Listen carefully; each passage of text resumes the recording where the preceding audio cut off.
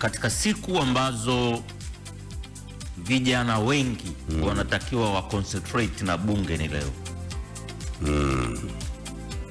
Leo inawasilishwa bajeti pale bungeni sasa ya wizara ya vijana.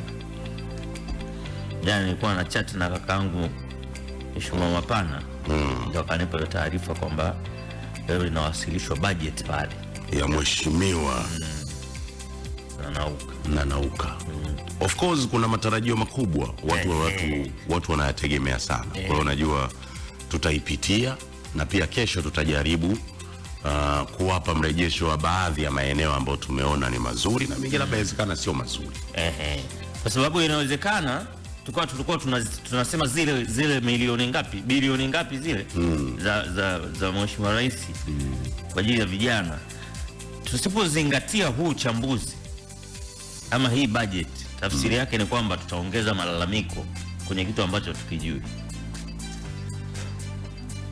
Kwa katika siku ambazo kijana unatakiwa ulizingatie bunge, kondo maelekezo leo unatupa.